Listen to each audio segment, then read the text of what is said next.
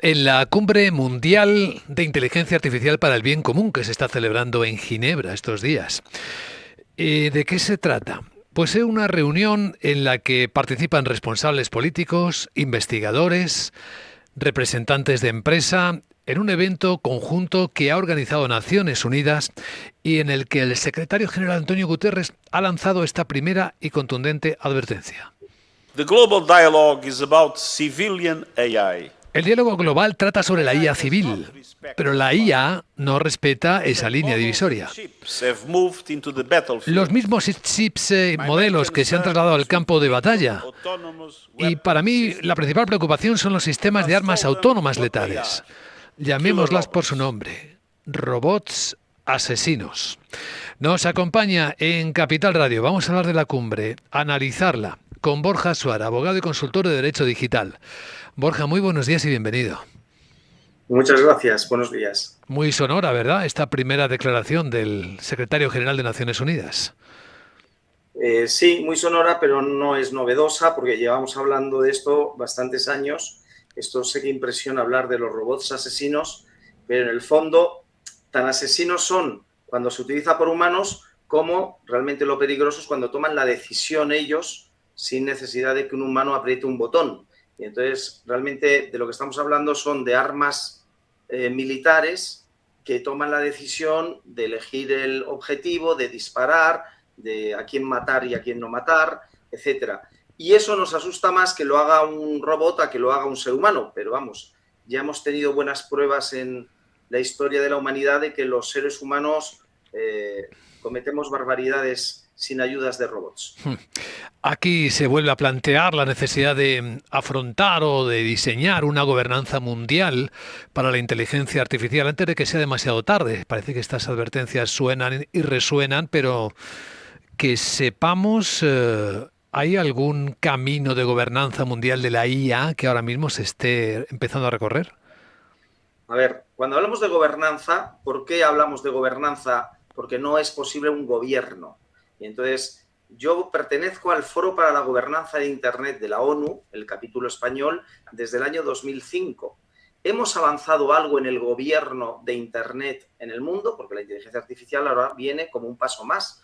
Pero, ¿ha habido tratados internacionales que todos los países respeten en el entorno digital? Pues no. Entonces, por eso hablamos de gobernanza, porque son foros de diálogo donde ahí se han inventado una palabra que es el multi-stakeholderismo, que son las múltiples partes interesadas, y entonces están básicamente las grandes empresas multinacionales tecnológicas, los estados, y luego nos dejan estar, ¿no?, como haciéndonos un favor a los ciudadanos y a la academia, ¿no? Y bueno, llevamos desde el 2005 todos los años haciendo jornadas para hablar de los temas pues de actualidad cada año de Internet. Los últimos hemos hablado de inteligencia artificial.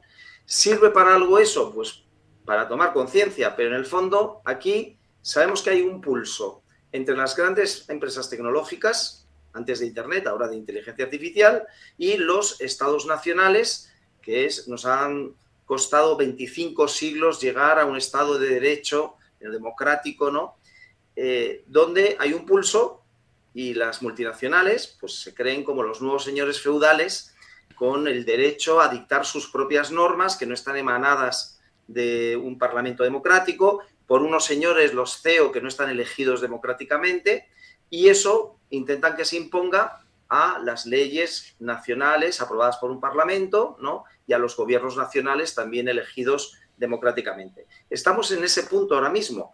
Y lo peor de todo es que en el sándwich entre las empresas tecnológicas, ahora de inteligencia artificial, y los estados nacionales nos encontramos los ciudadanos. Y ambos, estados y empresas, quieren controlar a los ciudadanos. Con lo cual yo creo que va siendo hora de que los ciudadanos nos empecemos a organizar y a vigilar y a exigir que se respeten nuestros derechos, porque mucho me temo que ni los estados ni las empresas están muy interesadas por hacerlo. Supuestamente, señora Suara, las regulaciones que se van aprobando deberían atender esas peticiones, tanto del límite de los perímetros de las empresas tecnológicas como la protección de los derechos de ciudadanos. Pero nos encontramos con regulaciones y normativas muy diferentes, según donde miremos, completamente distintas y que parecen tener poca eficacia, ¿no? Bueno, yo es que sobre todo soy de derecho, ¿no? Y el derecho sirve justamente para que no nos matemos los unos a los otros, para que de alguna forma se supere la ley de la selva, del más fuerte, etcétera. Pero luego vemos, pues, sin irnos a cuestiones de inteligencia artificial, pues ahora, las intervenciones de Estados Unidos en Venezuela, en Irán, que va contra el derecho internacional. Y le da lo mismo. Es decir, en cuanto rascamos un poco lo que para nosotros son normas internacionales de obligado cumplimiento, pues la ley del más fuerte, pues dice que le da lo mismo, que va a hacer lo que quiere hacer porque puede hacerlo. Y entonces en inteligencia artificial, desgraciadamente, va a pasar lo mismo. De hecho, Estados Unidos, por ejemplo, con la última versión del modelo de Anthropic, de Claude, que examinaba todas las vulnerabilidades de los sistemas, pues era un arma tan valiosa que ha impedido que tenga acceso cualquier extranjero a ella y solo se reserva para los nacionales y las empresas de Estados Unidos. Bueno, pues entonces, ¿y eso lo puede hacer? Pues lo puede hacer. ¿Eso es justo y no debería compartirlo con tal? Bueno, ¿qué nos ha pasado con las armas nucleares? ¿Por qué Estados Unidos impide que Irán tenga un arma nuclear u otros países? Bueno, pues al final, en cuanto rascamos un poco el derecho, que no es más que una ficción, una convención que nos hemos dado y que mientras nos la creemos funciona. En cuanto los poderosos, los países más poderosos, dicen que no, pues entonces ya el derecho se tambalea. Con lo cual, yo creo que tenemos que ir a cosas más realistas para los ciudadanos, como por ejemplo en la legislación española, que podamos controlar lo que hacen las administraciones públicas con la inteligencia artificial. Y pongo este ejemplo porque en el proyecto de ley de la inteligencia artificial que se está tramitando en el Congreso se ha eximido a las administraciones públicas del régimen sancionador. Y entonces, si lo hace una empresa, la administración pública le sancionará con todo el rigor de la ley. Si lo hace una administración, no le pasará nada. Entonces, yo creo que eso no puede ser, por ejemplaridad pública y porque además los usos que más tememos los ciudadanos de la inteligencia artificial, curiosamente es por parte de los gobiernos, pues usos de control ciudadano, que es lo que está haciendo el gobierno chino. Entonces, si no ponemos límites a lo que puede hacer la administración pública con la inteligencia artificial, pues tendremos gobiernos que se parecerán mucho al gobierno chino.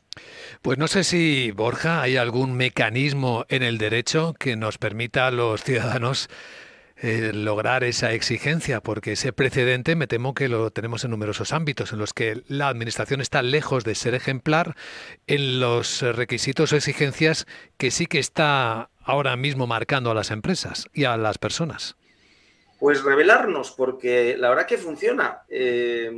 Por ejemplo, el Parlamento, el Congreso de los Diputados y luego el Senado, pues cuando se tramitó la Ley de Protección de Datos última, la de 2018, pues incluyeron una disposición para que los partidos políticos pudieran espiarnos en las redes sociales, nuestras opiniones, hacer perfiles ideológicos y enviarnos propaganda personalizada. Ese fue el escándalo de Cambridge Analytica. Bueno, pues algunos abogados digitales nos dimos cuenta de eso, protestamos, no nos hicieron ni caso, aprobaron la ley, fuimos al defensor del pueblo, le convencimos de presentar un recurso de inconstitucionalidad y el Tribunal Constitucional nos dio la razón a los 2 meses, que fue una sentencia récord, ¿no? Bueno, pues quiere decir que a veces las instituciones funcionan, pero que no protestamos bien, o sea, nos dedicamos a hacer pataletas, pero no utilizamos los recursos que tenemos. Ahora tenemos un recurso y es que ese proyecto de ley está tramitándose.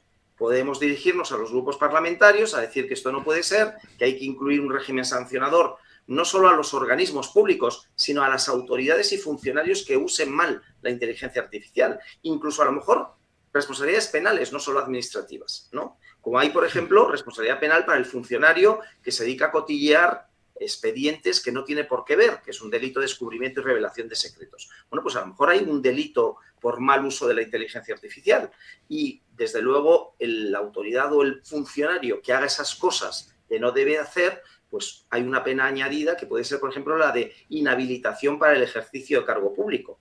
Bueno, pues esas cosas sí que la podemos hacer y sobre todo lo que estamos haciendo ahora, que es elevar al debate público estas cuestiones porque es que la gente no lo conoce. Pues gracias por hacerlo de esta forma tan clara y en este momento tan oportuno. Borja Suara, abogado y consultor en Derecho Digital. Un placer escucharte, Borja, como siempre. Gracias. A vosotros.